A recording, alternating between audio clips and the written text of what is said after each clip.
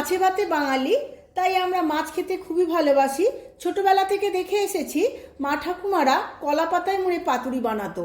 তাই আজকে আমি কুমড়ো পাতা দিয়ে পাতুরি বানিয়ে দেখাবো। তার জন্য রেসিপিটি সম্পূর্ণ দেখে নিন। কুমড়ো পাতায় চিংড়ি ভাপা করার জন্য আমি এখানে বাগদা চিংড়ি নিয়ে নিয়েছি বড় বড় সাইজের 6 পিস। চিংড়ি মাছগুলো বাঁধার জন্য কিছু কুমড়ো পাতা নিয়েছি, খুব ভালো করে পরিষ্কার করে ধুয়ে নিয়েছি। এবার চিংড়ি মাছগুলো বেছে নেব, তার জন্য আমি একটা কাঁচি নিয়ে নিয়েছি। এইভাবে কাঁচির সাহায্যে পাগুলো কেটে নেব আর মুখের অংশটা এইভাবে বাদ দিয়ে দেব। এবার কাঁচি দিয়ে পিঠটা চিড়ে নেব। পিঠের মধ্যে যে সুতোর মতো অংশটা সেটা ফেলে দিতে হবে। এইভাবে আমি সমস্ত খোলাগুলো ছাড়িয়ে নেব। এবার মাথার উপরে এই হজমথলিটা ফেলে দিতে হবে। ব্যাস, আমার ছাড়ানো হয়ে গেছে। এইভাবে আমি সমস্ত চিংড়ি মাছগুলো পরিষ্কার করে ধুয়ে বেছে নেব। এবার একটা পাত্রের মধ্যে নিয়ে নেব 1 চামচ কালো সর্ষে, 1 চামচ জিরে আর দেব 1 চামচ পোস্ত। অল্প একটু কুসুম গরম জল দিয়ে 10 মিনিট ভিজিয়ে রাখবো। আর এর মধ্যে দিয়ে দেব 2টো শুকনো লঙ্কা। এখন একটা মিক্সিং বোল নিয়ে নিয়েছি।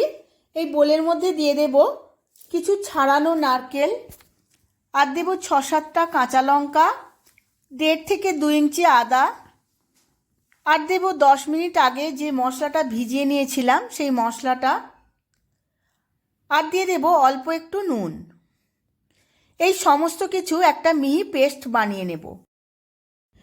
মশলাটা আমার পেস্ট করা হয়ে গেছে। এবার একটা পাত্রে সমস্ত মশলাটা নিয়ে নেব। আর এর মধ্যে দেব 2 চামচ টক দই। এবার সমস্ত উপকরণগুলো খুব ভালোভাবে মিশিয়ে নেব। আর দিয়ে দেব এর মধ্যে কয়েকটা গোটা কাঁচা লঙ্কা, আর দেব স্বাদ মতো নুন। স্বাদের ব্যালেন্সের জন্য দেব অল্প একটু চিনি, আর দিয়ে দেব বেশ কিছুটা সর্ষের তেল। সর্ষের তেল দিয়ে সমস্ত উপকরণের সাথে খুব ভালোভাবে মিশিয়ে নেব। পাতুরির মশলাটা আমার একদম রেডি হয়ে গেছে। এবার সমস্ত চিংড়ি মাছগুলো এই মশলার মধ্যে দিয়ে দেব। সমস্ত চিংড়ি মাছগুলো দিয়ে আবারও মশলার সাথে খুব ভালোভাবে মিশিয়ে নেব। চিংড়ি মাছগুলো দিয়ে খুব ভালো করে মিশিয়ে নিয়েছি। এইভাবে আমি আধ ঘন্টা রেস্টে রেখে দেব।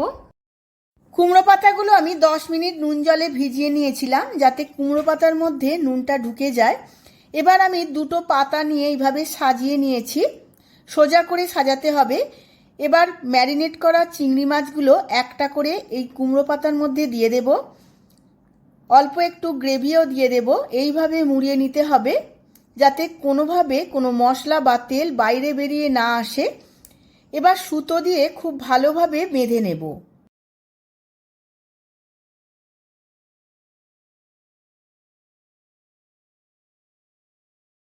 এইভাবে বেঁধে নিয়েছি। একটা আমার রেডি হয়ে গেছে। এবার আরও একটা দেখিয়ে দেব। আবারও আমি 2টো কুমড়ো পাতা নিয়ে নিয়েছি। এর ওপরে একটা ম্যারিনেট করা চিংড়ি মাছ, একটা কাঁচা লঙ্কা দিয়ে খুব ভালোভাবে মুড়িয়ে নিয়েছি। এইভাবে মুড়িয়ে নিয়ে সুতো দিয়ে খুব ভালোভাবে বেঁধে নিতে হবে, যাতে কোনোভাবে তেল আর গ্রেভি বাইরে বেরিয়ে না আসে। দেখুন বন্ধুরা, এটাও বাঁধা হয়ে গেছে। এইভাবেই আমি বাকি পাতুরিগুলো বেঁধে নেব। সমস্ত পাতুরিগুলো আমার বাঁধা হয়ে গেছে। এবার শ্যালো ফ্রাই করে নেব। এখন একটা ফ্রাইং প্যান বসিয়ে নিয়েছি। এবার আমি অল্প তেল দিয়ে খুব ভালোভাবে স্প্রেড করে নেব তেলটা এই কড়ার মধ্যে। এবার তেলটা গরম হয়ে গেছে। এবার সমস্ত পাতুরিগুলো এই তেলের ওপরে খুব ভালোভাবে সাজিয়ে নেব।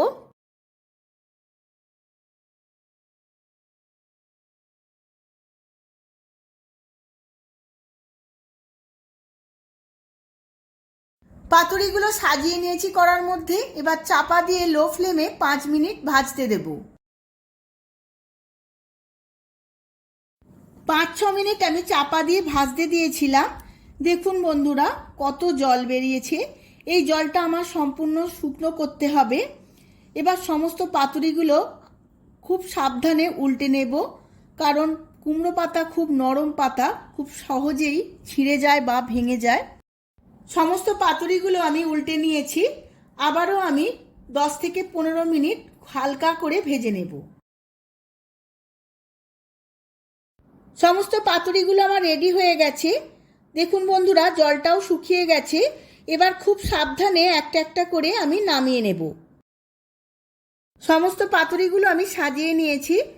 একটা খুলে আমি দেখিয়ে দিচ্ছি। দেখুন বন্ধুরা, কত সুন্দর লোভনীয় দেখতে হয়েছে, আর খেতে তো দুর্দান্ত হয়। আমরা অনেক রকম পাতুরি খেয়েছি, কিন্তু এই চিংড়ি মাছের লাউ পাতা দিয়ে বা কুমড়ো পাতা দিয়ে পাতুরি বানালে এত দুর্দান্ত স্বাদ হয়, আপনারা না খেলে বুঝতেই পারবেন না। এইভাবে আপনারাও বাড়িতে বানিয়ে ফেলুন, আর কেমন হয়েছে আমার কমেন্ট বক্সে কমেন্ট করে জানান। ভিডিওটা যদি ভালো লেগে থাকে আমাকে প্রচুর প্রচুর লাইক, শেয়ার, কমেন্ট করবেন। আজ তাহলে আসি, আবার দেখা হবে পরবর্তী ভিডিওতে।